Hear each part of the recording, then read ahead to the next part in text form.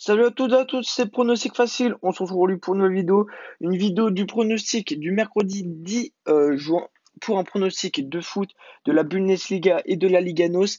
Et aussi, on se retrouve pour un pronostic du jeudi 11 juin pour un pronostic de la Liga. Donc le premier match, enfin de la reprise de la Liga tout simplement. Donc aujourd'hui on va parier sur 2 jours. Donc je vais vous donner la première journée dans un premier temps, la première journée qui sera le mercredi 10 juin, donc aujourd'hui, et dans un deuxième temps un seul match de la Liga, tout simplement de demain du jeudi 11 juin. Donc aujourd'hui, on va parier sur la Liga NOS, donc on va parier sur un seul match, et on va parier aussi sur tout simplement la Bundesliga, enfin pas la enfin si la Bundesliga, mais tout simplement la Coupe de l'Allemagne. Donc ici, la Coupe de l'Allemagne on va parier sur le match Bayern Munich face à Francfort, et pour la Liga NOS, on va parier du FC Porto face à Martinimo, pardon. Et donc tout simplement, on va commencer par le Bayern face à Francfort. Donc déjà on peut voir les absents. Donc on peut voir que le Bayern a un petit peu plus d'absents que tout simplement Francfort, mais c'est pas non plus grand-chose. Même s'il y a quand même des joueurs qui sont bons, qui ne sont pas là au Bayern. Du côté de Francfort aussi.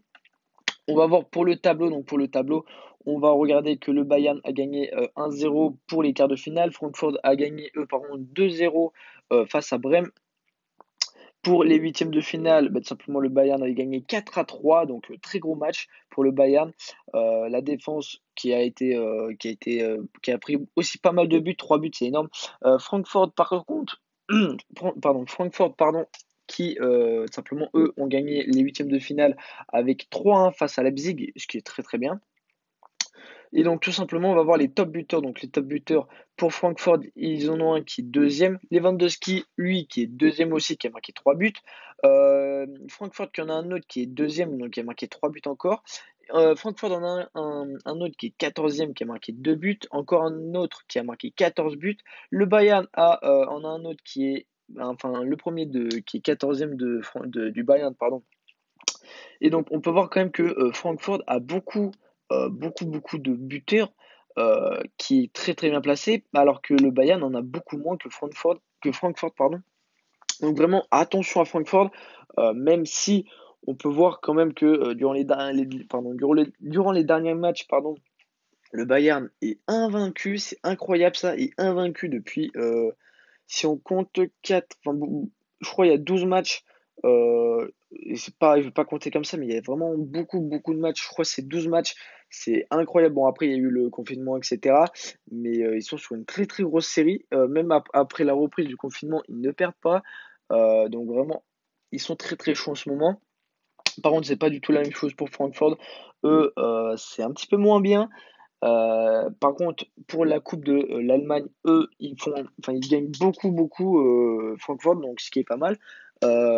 Donc, vraiment à voir, mais on sait quand même qui c'est qui va gagner normalement.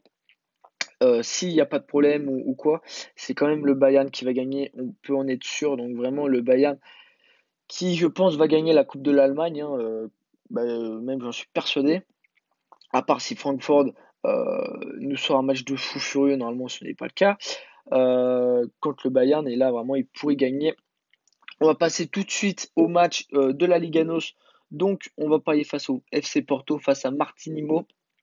Donc on peut voir que à Porto il y a quand même 3 absents, alors que à Maritinimo, pardon, il y en a 2. On peut voir dans le classement que l'FC Porto est deuxième, ils ont marqué 51 buts, on n'en pris seulement que 18, donc grosse attaque, grosse défense, très très bien. Par contre, Maritimo, eux, sont 15e, ils ont marqué 23 buts, on n'en pris seulement que 33, enfin seulement, ils sont quand même en négatif, c'est-à-dire qu'en gros, ils ont marqué moins de buts qu'ils en ont pris. Donc on va regarder tout de suite le top buteur, donc le top buteur, donc pour le premier buteur du FC Porto est 8e, ils en ont un autre qui est 16e, un autre 17e, un autre 18e. Et tout simplement le premier de Maritimo est 31e. Donc on peut voir quand même que le FC Porto a beaucoup de buteurs avant le premier de Maritimo. Ce qui est un petit problème quand même pour eux, parce que Maritimo a une attaque qui est pas ouf, ça veut dire. Alors que le FC Porto sont vraiment très très chauds, hein. Le FC Porto, je pense, durant ces dernières années, pardon, quand je pariais, ils étaient toujours dans les premiers. Et là, je crois que c'est la seule année que je vois qu'ils sont pas premiers, enfin en tout cas qui sont un petit peu moins bons que les autres années. Enfin je trouve, hein, après je trouve. À domicile, simplement le FC Porto a marqué 26 buts, on en a pris seulement que 6, donc chez eux, grosse attaque et vraiment très très grosse défense, donc ça c'est très très bien. Par contre, Maritimo, eux sont 16e à l'extérieur, ils ont marqué 6 buts, on en a pris 16, donc c'est énorme, il y a une différence de 10 buts. À l'extérieur, Maritimo, c'est pas très très fort. Ils ont un très très gros faible en attaque et en défense. À la limite en défense, ils n'ont pas trop pris de buts. Ça peut passer, mais une trop grosse différence entre le but marqué et les buts pris. Faut qu'ils fassent attention. On va passer tout de suite à l'état de forme. Donc, l'état de forme, le FC Porto est 6e. Durant les 5 derniers matchs, ils ont marqué 7 buts, on n'en pris que 4, ce qui est pas mal, ils sont en positif. Par contre, Maritimo, eux, ont marqué 5 buts, on en pris 6, donc ils sont toujours en négatif. Donc, vraiment, faut faire attention, Maritimo. Mais pour moi, c'est le FC Porto qui va gagner, j'en suis sûr et certain, parce qu'à domicile, ils sont vraiment très très forts. On va regarder tout de suite le FC Porto où là c'est un petit peu mitigé durant les 5 derniers matchs. Il y a 2 défaites, 2 victoires et une égalité. Vraiment, c'est varié, mais pour moi il y a trop de défaites pour une équipe qui est deuxième au classement. On va regarder tout de suite à Maritimo. Donc durant les 5 derniers matchs, il n'y a qu'une seule victoire, une égalité et 3 défaites consécutives. Et le dernier match est une égalité, pardon. Donc vraiment, 3 défaites consécutives, ils ont un petit peu le moral dans les chaussettes, ils n'ont plus la confiance, ça c'est sûr et certain. Euh, En plus, le dernier match est une égalité, donc vraiment c'est mitigé. Donc pour moi, il faudrait parier, comme je vous l'ai dit, face au FC Porto, même si ça va pas nous donner une grosse cote, ça va nous donner une cote à 1,30. Donc si vous mettez 10 euros, on gagne 13 euros. Donc on valide, hop, donc les 2 matchs, je le rappelle, c'est le Bayern face au FC Porto. Et donc, tout simplement, c'est tout pour aujourd'hui. Mais on va passer tout simplement au match de demain, qui est tout simplement la Liga. Donc c'est Séville face à Besti. Et donc ce match va être compliqué parce que vous allez voir pourquoi, vu que c'est la reprise après le premier match. Enfin, ça va être le premier match de la reprise, pardon. Donc tout simplement, on sait très bien que Séville est troisième, ils ont marqué 39 buts, en ont pris pardon que 29. Ils sont en positif, ils sont très bien. Par contre, attention parce que le Real Sociedad est en train de les rattraper. Ils ont marqué pas mal de buts, on en pris aussi pas mal, mais s'ils en prennent moins, attention.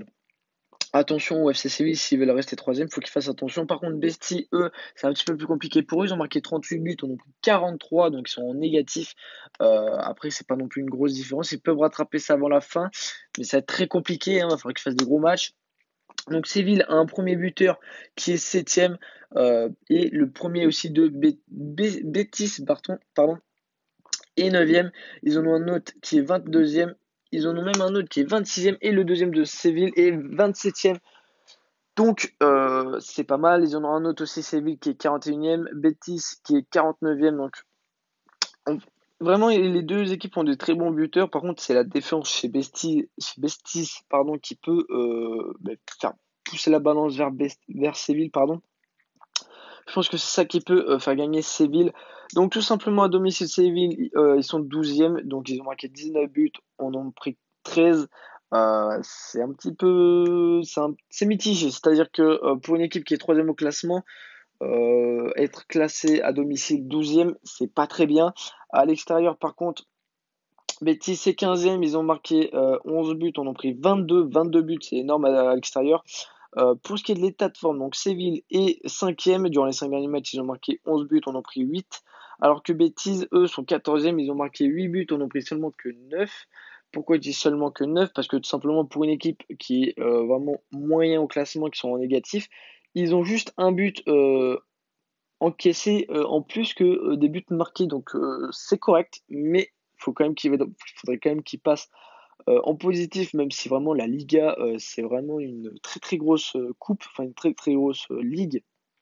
Donc c'est quand même pas mal pour une équipe comme ça.